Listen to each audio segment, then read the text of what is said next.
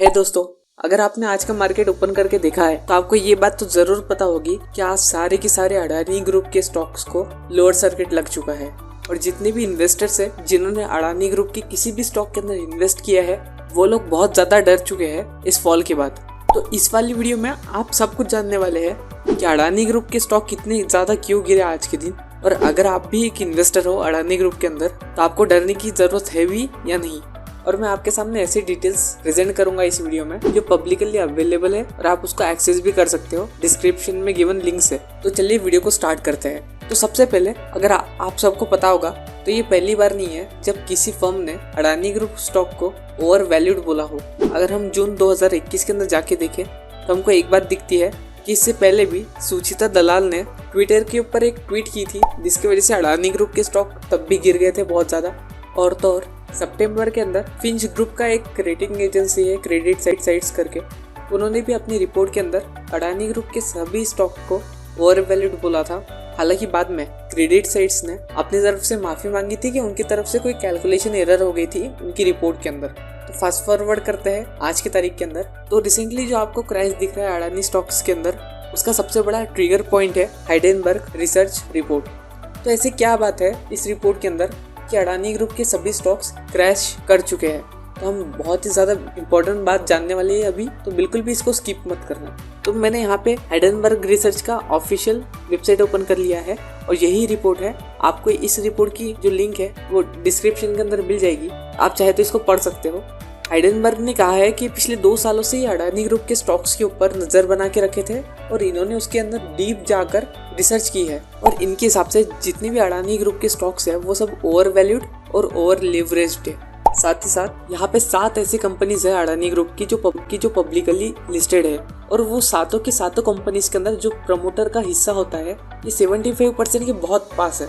लेकिन बात दरअसल ये है, जब ये एनालिसिस कर रहे थे अडानी ग्रुप के स्टॉक्स की तो इनको बहुत सारे ऐसे फैक्टर पता चले जो शायद आपको और हमको नहीं पता है। और पिछले 2 सालों के अंदर जो भी इन्होंने ढूंढा है या जो इनको पता चला है वही सब ये रिपोर्ट के अंदर ये क्लेम कर रहे हैं। हालांकि ये रिपोर्ट आने के बाद अडानी ग्रुप की तरफ से ये स्टेटमेंट आया है कि वो इस रिपोर्ट को खारिज करते हैं और उनके हिसाब से ये रिसर्च एजेंसी यहाँ पे गलत रिपोर्ट प्रेजेंट करके अडानी ग्रुप का डिफर्मेशन कर रही है और इसके लिए वो लॉ सूट मारने वाले हैं इस रिपोर्ट एजेंसी के ऊपर। लेकिन जब आप ये सभी रिपोर्ट पढ़ते हो तब इसके अंदर अगर आप ऐसी बातें छोड़ दो जो इस रिपोर्ट के अंदर ही है, अगर आप सिर्फ अडानी ग्रुप स्टॉक्स के फंडामेंटल्स को जाकर देखोगे किसी भी पब्लिकली अवेलेबल वेबसाइट के ऊपर तो आपको कुछ बातें तो बहुत क्लियर कट देखने मिलेगी। और वो ये है कि अडानी ग्रुप के स्टॉक बहुत ज़्यादा ओवर लिवरेज्ड है एंड जिस तरह के यहाँ पे अडानी ग्रुप के फंडामेंटल्स बन रहे हैं वहाँ पे अडानी ग्रुप के अंदर शॉर्ट सेलिंग करने का बहुत सारा मौका है। जो बड़े बड़े इन्वेस्टर्स और हेज फंड मैनेजर्स यहाँ पे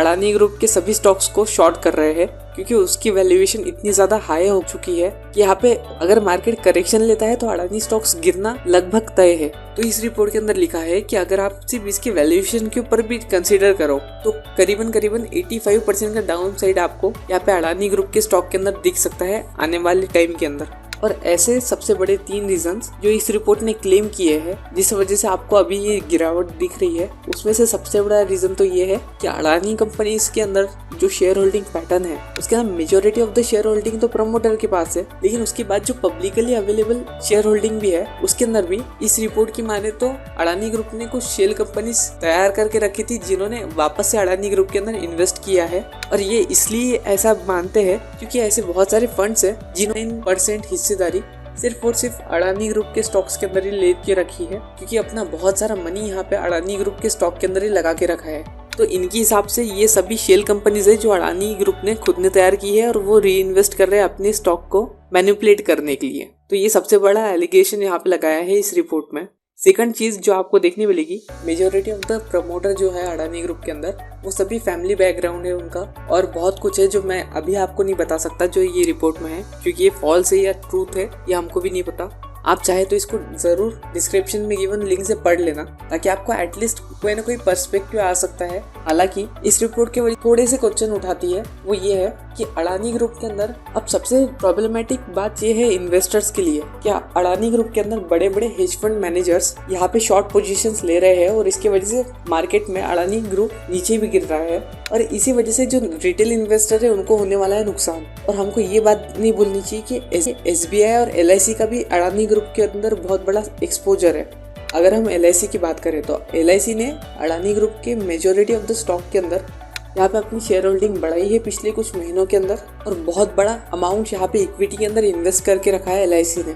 अगर गलती से भी अडानी ग्रुप के स्टॉक्स नीचे आते हैं तो LIC को बहुत बड़ा लॉस हो सकता है यहाँ पे उसकी इतनी बड़ी इन्वेस्टमेंट से, और LIC के बहुत सारे पॉलिसी होल्डर्स को भी यहाँ पे लॉस हो सकता है। सेकंड चीज़ जो हमें नोट करनी चाहिए कि अडानी ग्रुप के अंदर बहुत सारा लीवरेज लेके रखा है। लीवरेज यानी कि होता है लोन, और ये सभी लोन उन्होंने गवर्नमेंट बैंक से लिया है, जिसका मतलब ये है अगर अडानी ग्रुप की कंपनीज को कुछ भी होता है और वो नीचे फॉल आउट करती है तो जितनी भी लोन अमाउंट है वो लोन अमाउंट के ऊपर यहाँ पे प्रॉब्लम आ सकती है पब्लिक सेक्टर बैंक्स को, और इसका सबसे बड़ा झटका लग सकता है हम इन्वेस्टर्स को या फिर टैक्स पेयर्स जिनका उस बैंक के अंदर पैसा है। इस रिपोर्ट की माने या ना माने, आपको कुछ बातें तो माननी पड़ेगी कि यहाँ पे अडानी ग्रुप के ऊपर बहुत ज़्यादा ओवर लीवरेज्ड है,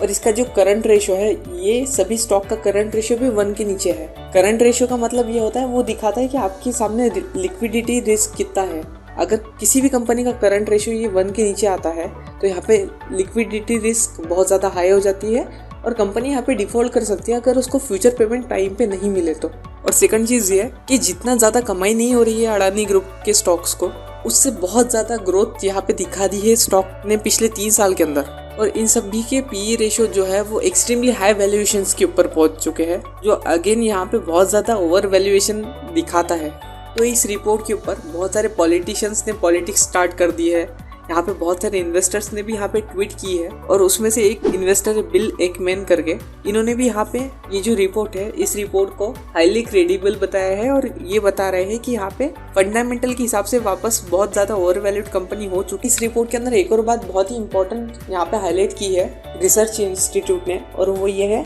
कि अडानी ग्रुप के अंदर जो ओवर वैल्यूएशन हो रहा है स्टॉक्स के अंदर, वो तो पब्लिकली सारे वेबसाइट्स के ऊपर अवेलेबल है कि पिछले 3 साल में कितना ज़्यादा ग्रोथ हो गया है, सब कुछ हो गया है, लेकिन इनके हिसाब से यहाँ पे कोई भी कुछ बोल नहीं सक रहा है, कोई भी इन्वेस्टर या पॉलिटिशियन या पब्लिक यहाँ पे कुछ बोल नहीं सक रही है बिकॉज ऑफ फियर। और यही रीज़न है कि बहुत सारे बड़े बड़े इन्वेस्टर्स यहाँ पे कुछ बोलते नहीं है इस टॉपिक को लेकर। लेकिन आपको ये बात पता होगी कि अडानी इंटरप्राइज का FPO आया है 20,000 करोड़ का, जो आज ही से स्टार्ट हुआ है। तो 2 दिन पहले तो अडानी इंटरप्राइज की जो वैल्यू थी वो 3400 रुपए के आसपास थी, लेकिन आज जब इसका FPO स्टार्ट होता है तब इतना ज़्यादा नीचे गिर चुका है अडानी इंटरप्राइज कि ये 2700 के लेवल पे आ चुका है, जो कि इसकी FPO के अंदर जो ऑफर हो रही है उससे बहुत ज़्यादा लो प्राइस के ऊपर अवेलेबल है। तो आप मेरे को बताइए कि आपके हिसाब से ये जो अडानी इंटरप्राइज का FPO है ये फुल्ली सब्सक्राइब होगा या नहीं, क्योंकि अभी 1-1.5 बजे तक तो यहाँ पे कुछ भी सब्सक्रिप्शन हमें देखने नहीं मिल रही है, क्योंकि बहुत सारे इन्वेस्टर्स यहाँ पे डर चुके हैं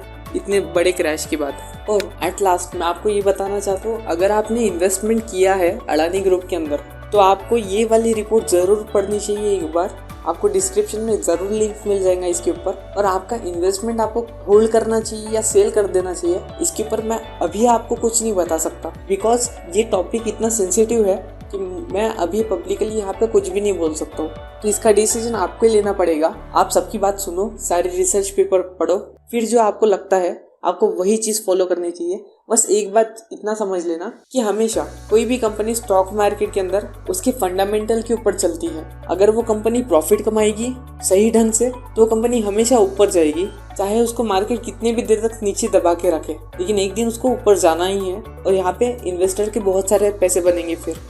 लेकिन अगर कोई कंपनी है जो यहाँ पे प्रॉफिट जनरेट नहीं कर रही है और किसी भी इन्वेस्टर के साथ धोखा कर रही है, तो एक ना एक दिन उस कंपनी का फॉल होना कंफर्म है। तो इसी चीज़ के साथ मैं ये वाला वीडियो यहाँ पे एंड करने वाला हूँ, और मैं आपको ये बात बता दूँ कि अडानी स्टॉक्स की जो वैल्यूएशन इतनी हाई हो चुकी थी उसके ऊपर मैंने पहले भी एक बार वीडियो बनाया था। तो यहीं पे इस वीडियो को हम एंड करते हैं। अगर आपको ये वीडियो पसंद आया हो तो इस वीडियो को लाइक करना और अपने दोस्तों के साथ शेयर करना, खासकर उनके साथ जिन्होंने किसी भी अडानी ग्रुप के स्टॉक के अंदर इन्वेस्ट करके रखा है, क्योंकि ये बात जाननी हम सबके लिए बहुत ज़्यादा इंपॉर्टेंट है कि एक्चुअली क्या इंपॉर्टेंट चीज़ें हो रही हैं हमारे फाइनेंशियल मार्केट्स के अंदर, ताकि हम लोग हमारे इन्वेस्टमेंट डिसीजन बना सके। और आप हमारे चैनल के ऊपर जितने भी बाकी वीडियोज़ है इन सभी को भी हमारे प्लेलिस्ट में से देख सकते हैं। इन सबसे भी आपको हेल्प होगी किसी भी कंपनी के बारे में कोई डिसीजन लेने के लिए। तो मिलते हैं किसी और वीडियो में, तब तक